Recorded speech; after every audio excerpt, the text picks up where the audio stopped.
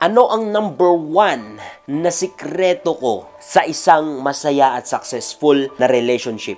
Hindi ko sinasabi na ang relationship namin ng asawa ko ay perpekto. Sobrang gulo dati. Hindi maaari na matapos ang isang linggo na hindi kami nag-aaway. Although God is good, dahil hindi naman araw-araw, pero sa isang linggo, meron kaming isang araw na hindi nagkakaunawaan. And it affect yung mga sumusunod na araw. Sobrang grabe, toxic din yung pinaggalingan naming relationship. Ang daming mga pain na dala-dala namin. Pero, there's one secret na isi-share ko sa inyo. Kaya yung mga laging pag-aaway, it turns out to be a blessing. It turns out to be more love. It turns out to be more trust. It turns out to be more understanding. Yung mga toxic na nangyayari sa amin, naging blessing na. So, I want you to listen and listen to me. So, sasabihin ko na personal na sikreto ko. Okay? Tara, simulan na natin. You know, even nung nagbibigay na ako ng advice, may mga bagay na napaka-toxic sa relationship namin. Especially sa part niya. Kasi hindi ko siya maaring baguhin eh.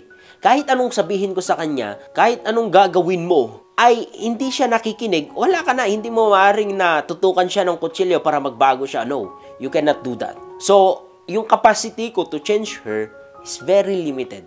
And it is sometimes very impossible. Kaya, meron talagang mga dahilan kung bakit kami nag-aaway. Meron mga misunderstanding. Pero ito ang sikreto ko. At sasabihin ko na sa inyo. The time na in-establish ko na sineryoso ko ang relationship ko kay Lord, doon niya inayos ang lahat.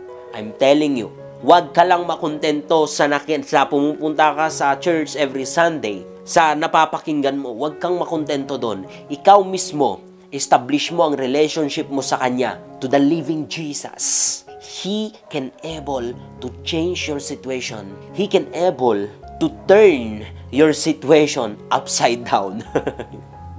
Baliktarin niya. Ang dating magulo, magiging blessing na. Ang dating sobrang gulo ay magiging living testimony na sa iba. Nagkaroon ako ng opportunity na kausapin yung ilan sa mga membro ko sa church na hawak ko.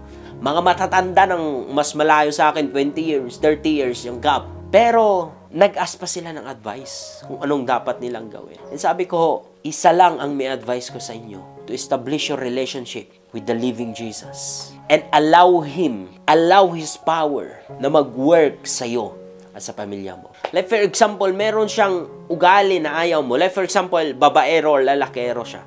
Babaero. Hindi mo siya maaari na tutukan ng kutsilyo para magbago. Hindi. Allow the living Jesus.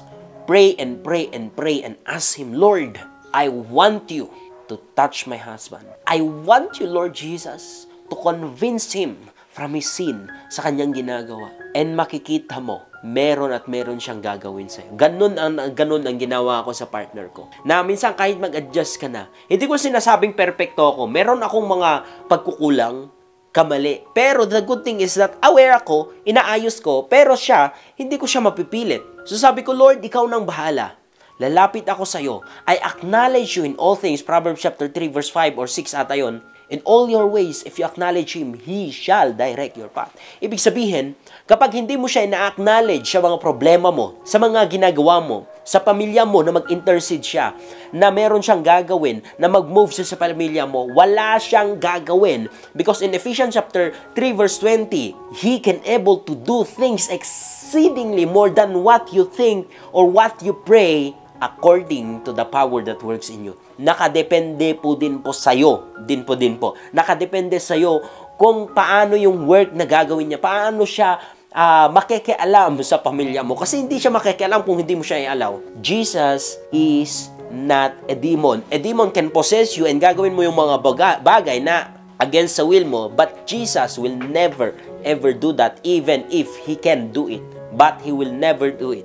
Because gusto niya na ikaw mismo, i-acknowledge mo siya. Gusto niya na ikaw mismo, makikita mo, ikaw mismo ay lumapit sa Kanya. Because in the times that you need Him, iyon yung pinaka-paborito niya. The time na kailangan mo siya, yun yung mga bagay na attract siya.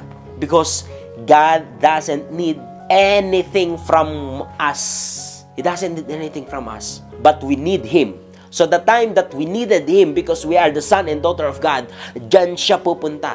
Kung kailangan mo na siya mismong mag-convince sa asawa mo sa mga hindi magandang ginagawa niya, sa mga pag-aaway nyo, na siya mismong mag-aayos, gagawin niya yan because He promised that He can do anything for you. Ask me in my name and I will give it to you, says the Lord in the book of John. So, please, ang dami kong mga magandang ina-advise.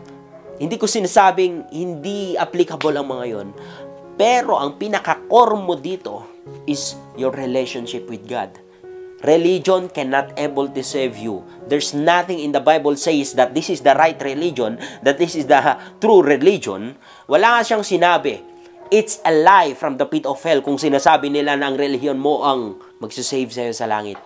Never ever in the Bible na nagsabi ng ganyan. Kahit basain mo Genesis to Revelation, nothing says about that your religion can able to save you. It's your relationship with the living Jesus. Hindi ka maaaring pupunta sa isang bahay na stranger or hindi kanya kilala. Dapat may relasyon kayo. So you cannot enter heaven kung wala kang relasyon sa kanya. Okay? Nagigets niyo yung logic? But anyway, isingit ko lang yon. Mag-focus tayo sa topic natin na He can able to do things for you kung hindi mo na kaya. Lumapit ka sa Kanya. Ika nga sa James chapter 5 or I think basta nasa book of James, sabi niya, draw near unto me and I will draw near unto you. In the book of Revelation chapter 2 verse 19, I think, I don't know, basta verse 19 yun, sabi niya, andun lang ako, kumakatok sa'yo. It's up to you kung pagbuksan mo ako and you allow me na makipagkain sa'yo, na kumain kasama ka. So, ang point na dito is that it's up to you if you allow Him or not. Kasi because of pride sometimes, you're not allowing Him to do or to move or to touch your family. Kaya hanggang ngayon, sobrang nahirapan ka. Kaya hanggang ngayon, sobrang gulong-gulo ka. I'm telling you, kung gusto mo maayos ang relationship mo, pamilya mo, allow Him na mag-intercede. Allow Him to move in your family. Sabihin mo, Lord, I allow you. I allow your power. I allow you na ayusin ang pamilya ko. And make sure to establish your relationship with Him. The more na mas close ka sa Kanya, the more na mas maraming bagay ang magagawa niya para sa'yo. That's it. Maraming salamat. Ingat po kayo palagi and God bless. Bye!